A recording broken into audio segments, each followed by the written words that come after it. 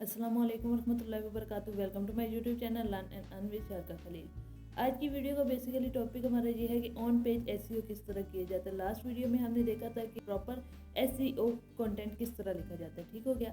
अभी हमने देखना है कि हमने प्रॉपर एसईओ आर्टिकल लिख लिया, कंटेंट लिख लिया, हमने जनरेट कर लिया। उसके बाद नेक्स्ट स्टेप हमारा क्या है कि हमने उसका ऑन पेज एसईओ किस तरह करना है। अब वो ऑन पेज एसईओ में क्या क्या बेसिक्स मतलब रिक्वायरमेंट्स होती है या कौन सी बेसिक स्टेप्स होते हैं जिनको फॉलो अप करके हम एक प्रॉपर ऑन पेज एसईओ करते हैं, ठीक हो गया।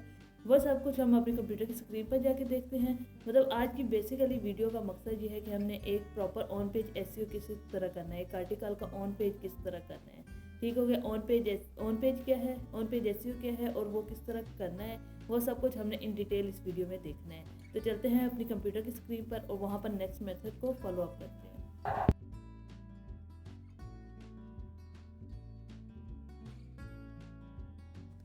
फर्स्ट ऑफ ऑल हम और देख लेते हैं कि ऑन पेज एसईओ है क्या, और ऑन पेज एसईओ की बेसिक चेकलिस्ट कौन कौन सी हैं, ठीक हो गया। फर्स्ट ऑफ ऑल हम देखते हैं कि ऑन पेज एसईओ क्या है।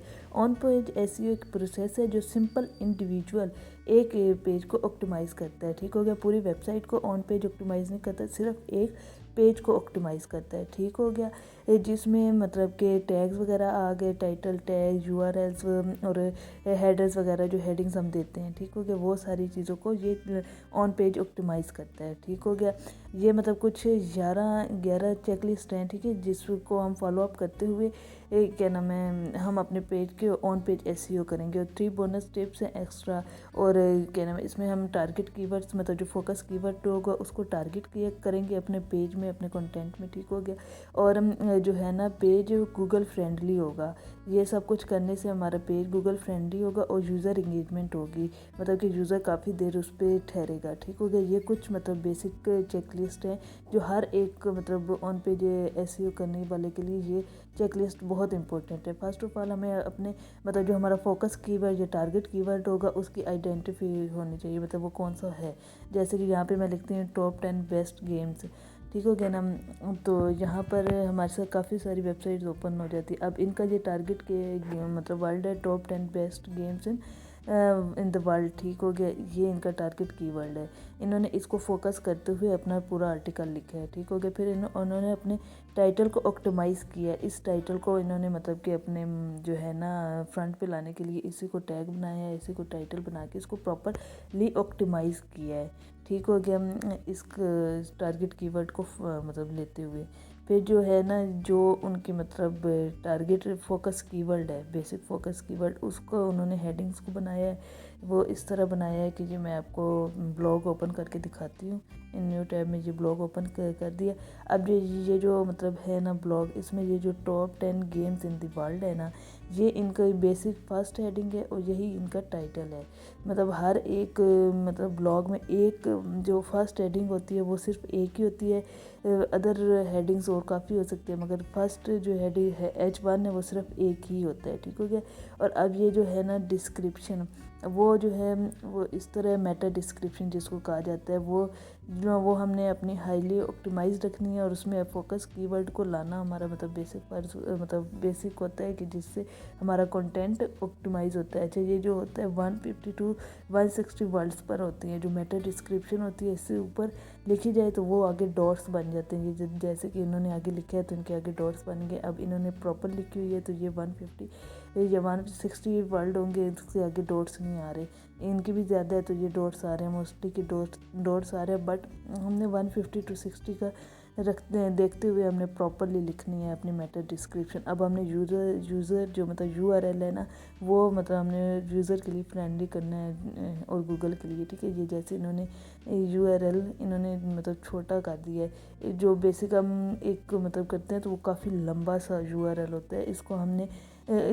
उन्होंने ना ऑप्टिमाइज़ करके इसको छोटा सा किया हुआ है जिसमें उनका फोकस कीवर्ड आ रहा है, ठीक है, और वही ऊपर रैंक भी कर रहे हैं। हमने अपने URL को मतलब यूज़र SEO फ्रेंडली करना है, ठीक हो गया। फिर अपना जो होगा ना टारगेट कीवर्ड या फोकस कीवर्ड, उसको अपने कंटेंट में 5 से 7 दफ़ा हमने मतलब रिपीट करना है। जैसे ये हमारा फोकस मतलब कीवर्ड है, इसको हमने अपना मतलब जो पूरा ब्लॉग होगा, आर्टिकल होगा, उसमें 5 to 7 टाइम यूज़ करना है, ठीक हो गया। जो हमारा फोकस कीवर्ड होगा उसको हमने अपने ब्लॉग में या आर्टिकल में यूज़ करना है। ठीक है, हमारा जो फोकस कीवर्ड होगा उसको 5 to 7 टाइम हमने अपने आर्टिकल में लिखना है। जो भी हमारा फोकस कीवर्ड होगा उसको 5 to 7 टाइम हमने अपने आर्टिकल में रिपीट करना है। ठीक हो गया। फिर जो हमारा होगा ना, मतलब कंटेंट को हमने रिव्यू करना है। जो भी हमने अपना आर्टिकल लिखा हुआ होगा उसको प्रॉपर रिव्यू करेंगे कि वो किस तरह लग रहा है, उसमें कोई मिस्टेक्स वगैरह हैं तो उनको सेट आउट करेंगे। और मतलब जो भी बेसिक्स उसकी एक प्रॉपर एसईओ में जो जो उसकी रिक्वायरमेंट्स हैं उसको फॉलो अप करते हुए अगर कोई कमी है तो उसको पूरा करेंगे। ठीक है, इसके बाद हमने हेडिंग्स वगैरह का यूज़ करना है अपने ब्लॉग में। हमने अपने ब्लॉग में प्रॉपरली हेडिंग्स लगानी है ताकि हमारा ब्लॉग या आर्टिकल प्रॉपरली ऑप्टिमाइज हो। ठीक हो गया। इसके बाद जो है ना, हमने इंटरनल लिंक लगाना है, अपनी ही वेबसाइट का लिंक अपनी ब्लॉग में लगाना है, जिससे मतलब कि उससे रिलेटेड अगर कोई आर्टिकल होगा तो उसका लिंक हम अपने मतलब ब्लॉग में लगाएंगे, जिससे हमारी मतलब टारगेट ऑडियंस बढ़ेगी। फिर इसके बाद एंगेज, मतलब हमारा कंटेंट ऐसा होना चाहिए कि जो भी यूज़र हो वो एंगेज हो। फिर स्कीमा मार्कअप का यूज़ करना है हमने अपने आर्टिकल्स में। ठीक है, या अपने ब्लॉग में। फिर इसके बाद हमने मेक श्योर करना है कि हमारा जो है ना कंटेंट वो गूगल में इंडेक्स होना चाहिए। गूगल को पता होना चाहिए कि हम ब्लॉग लिख रहे हैं, हम आर्टिकल लिख रहे हैं, गूगल में इंडेक्स होना चाहिए हमारा पेज। इसके ये सब कुछ करने के बाद ऑटोमेटिकली हमारे मतलब ना पेज की स्पीड ऑप्टिमाइज़ हो जाती है। अगर फिर भी नहीं होती तो फिर उसके लिए कुछ प्लगइन्स होते हैं वो यूज़ कर लेते हैं। और फिर हमने मेक श्योर करना है कि हमारी जो है ना ब्लॉग, जो हमारा पेज वो मोबाइल फ्रेंडली हो। वो इस तरह होगा कि हमने अपने ब्लॉग पे राइट क्लिक करना है और वहाँ पे इंस्ट्रक्ट के ऑप्शन को सिलेक्ट करना है और वहाँ से मोबाइल वाला ऑप्शन हमने सेलेक्ट करना है। अब यहाँ पे ये देखिए, जिस तरह हमने मोबाइल का प्रीव्यू देखा तो ये देखिए आपके सामने ये देख रहे हैं कि प्रॉपरली ये विदाउट लोडिंग ये प्रॉपर मोबाइल फ्रेंडली भी है। मतलब ये वेबसाइट डेस्कटॉप के लिए भी बेस्ट है और मोबाइल के लिए भी बेस्ट है। इन्होंने दोनों एसईओ उस पर प्रॉपरली किए हुए हैं।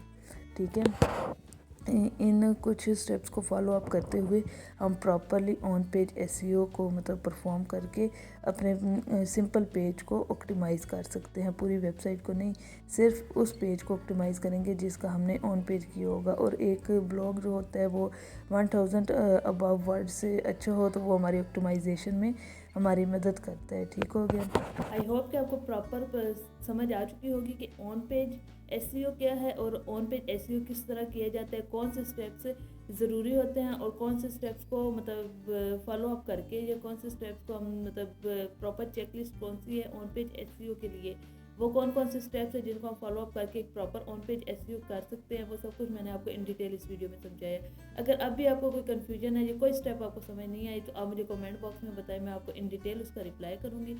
सेकेंडली, अगर आपको मेरी वीडियोज़ अच्छी लगती है तो please like share and subscribe my YouTube channel. Thank you. अल्लाह हाफिज़।